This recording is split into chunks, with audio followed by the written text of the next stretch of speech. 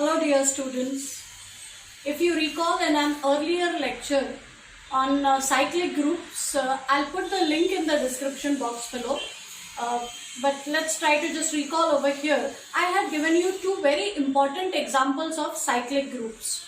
One was set of integers with respect to addition, and one was the set of residue classes of integers modulo n with respect to addition modulo n.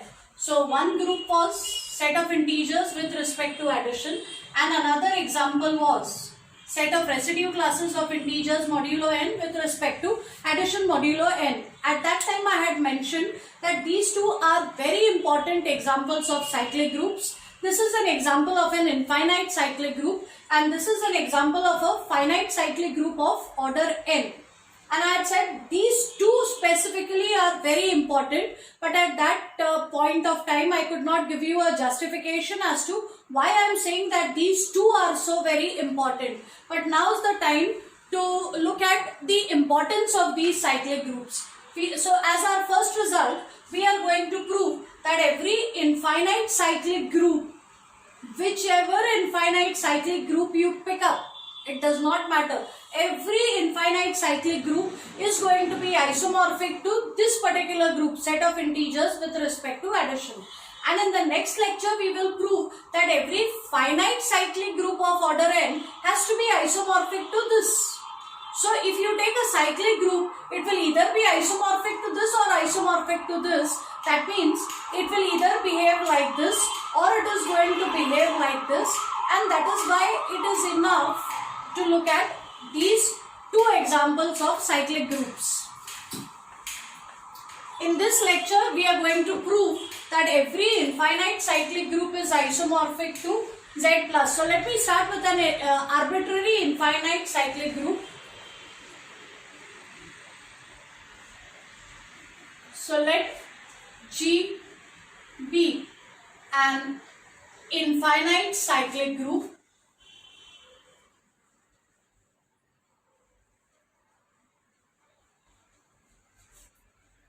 and if it is a cyclic group, it has to be generated by some element in the group. So let us assume that it is generated by an element A.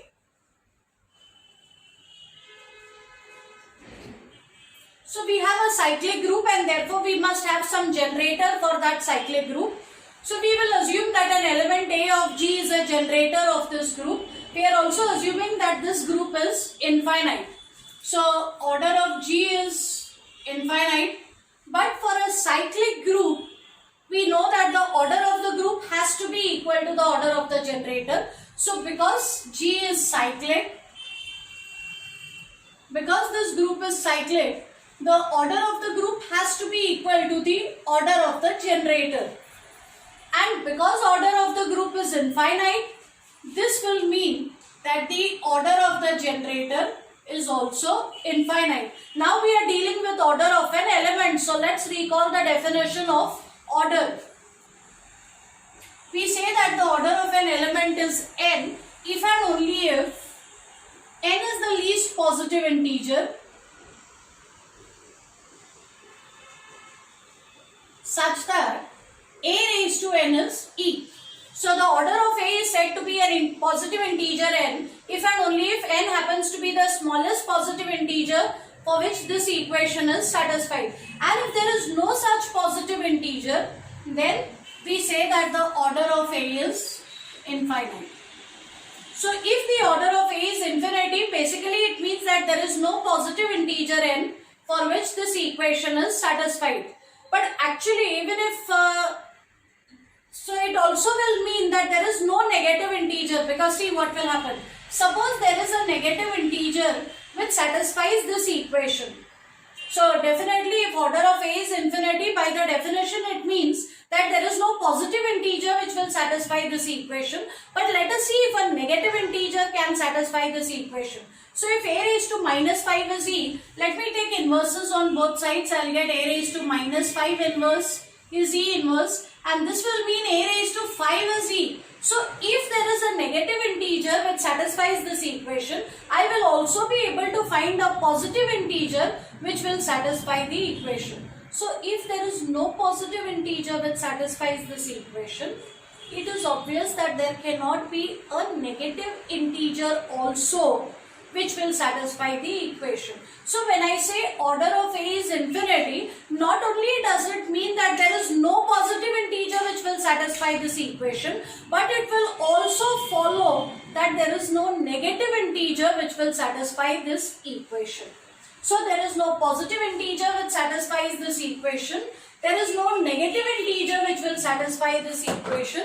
So we can say that A raised to n will be identity if and only if n is 0.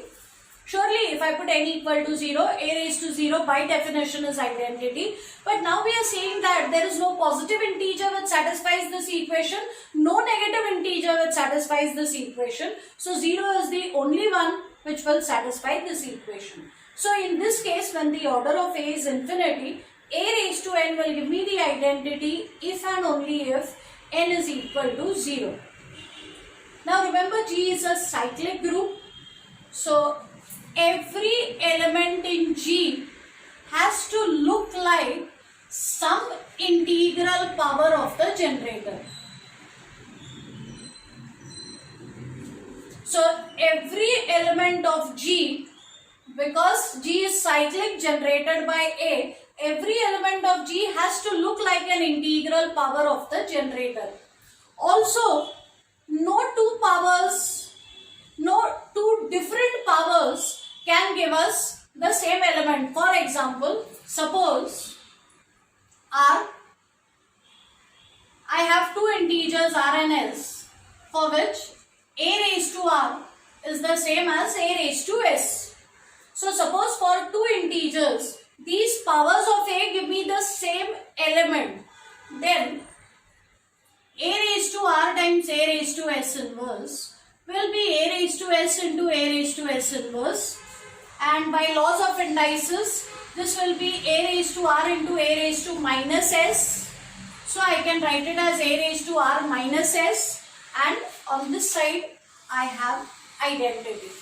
So A raised to R minus S will be E, but let's go back to this. In this situation, the only power of A which can give me the identity is the 0th power. So if A raised to R minus S is identity, this will mean R minus S is 0, and that in turn will mean R is equal to S. So if at all A raised to R is equal to A raised to S, what we have proved is that if A raised to R is equal to A raised to S, then R is equal to S. So let us take the contrapositive, because that is more important to me. The contrapositive of this, which will be true if the original statement is true, is if R is not equal to S, then A raised to R cannot be equal to A raised to S. So if R and S are two different integers, then the powers of A that I get, they will also generate different elements. So if R is not equal to S, then A raised to R cannot be equal to A raised to S. So let's go back to what kind of elements will lie in G. Every element in G is going to be an integral power of A. And if the powers are different, they will generate different elements. I will not get the same element if the powers are different. So, if G is an infinite cyclic group, the elements of G are going to look like,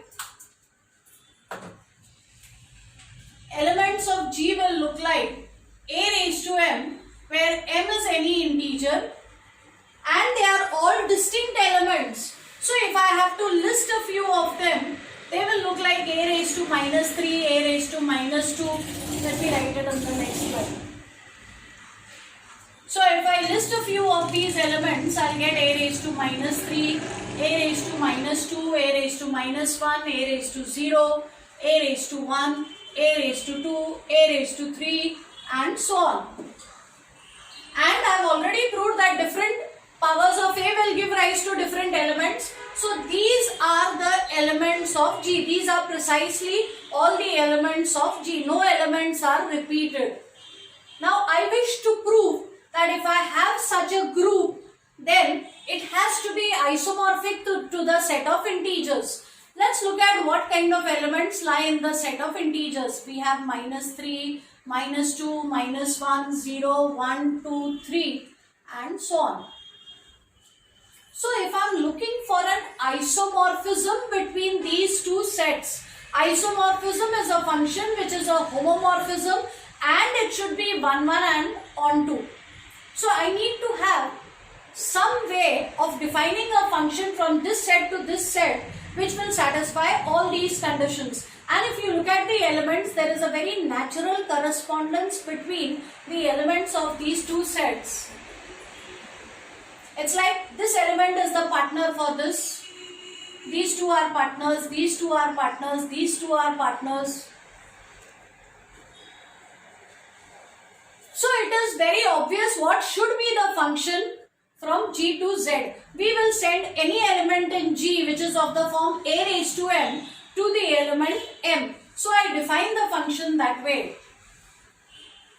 So this is only giving me a clue as to how to define the function. So define a function phi from G to Z by f of a raised to m equal to m. Sorry, I'm taking the function as phi. So phi of a raised to m equal to m. This function of course makes sense. It is well defined because different powers of a are giving me different elements of G. So there is no way I will see this kind of a thing should not happen. Suppose a raised to 5 is equal to maybe a raised to 9. Then image of this element a raised to 5 and a raised to 9, if they are equal, image of this element will also be 5. It will also be 9. So the element a raised to 5 as well as a raised to 9 which are equal will be associated with more than one element. We don't want that to happen. It will not be a function otherwise. So we have already made sure that that kind of a situation will not arise. If I take a different power for a, I get a different element of G. So that kind of a situation is not going to arise. Now that I have defined this function, let me prove that this function becomes a homomorphism. It is 1, 1 as well as onto. So my first claim is that this function is a homomorphism. Let's begin with two elements in the domain. So let a raised to r and a raised to s belong to G. Then phi of a raised to r will be r, phi of a raised to s will be s, and now you look at phi of a raised to r times a raised to s. So it will be phi of a raised to r plus s by using laws of indices, and that will be equal to r plus s, which is phi of a raised to r plus phi of a raised to s. And in the codomain, the group operation is addition, which is what I have over here. So this function is a homomorphism. Now let us prove that this function is also 1, 1.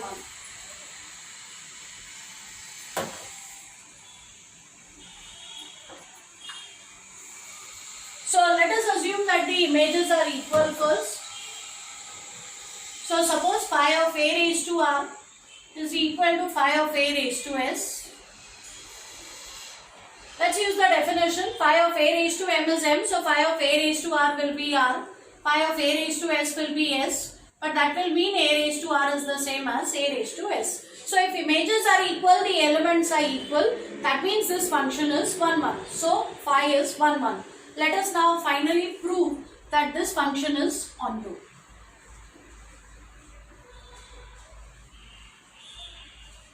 So we start with an element in the codomain which is z over here. So let us take any integer. Let x be an integer. But if x is an integer, then a raised to this will lie in G. G contains all integral powers of a. And if we look at the image of this element, then it is x by definition. So every element in the codomain, for every element in the codomain, there is a corresponding element in the domain whose image is that element. That means this function is onto. So this function phi that we have defined, it is 1, 1, it is onto, and it is a homomorphism. Therefore, this function is an isomorphism. And if there is an isomorphism between these two groups, we say that the two groups are isomorphic. So this group is isomorphic to the group of integers with respect to addition. So every infinite cyclic group is going to behave just like the set of integers with respect to addition. So as far as the study of infinite cyclic groups goes, it's enough to look at the properties of this particular group. That is why the set of integers with respect to addition is an extremely important example of an infinite cyclic group. That's all for now. We'll meet again in the next lecture where we will prove that every finite cyclic group of order n is isomorphic to Zn. That's all for now. Thank you.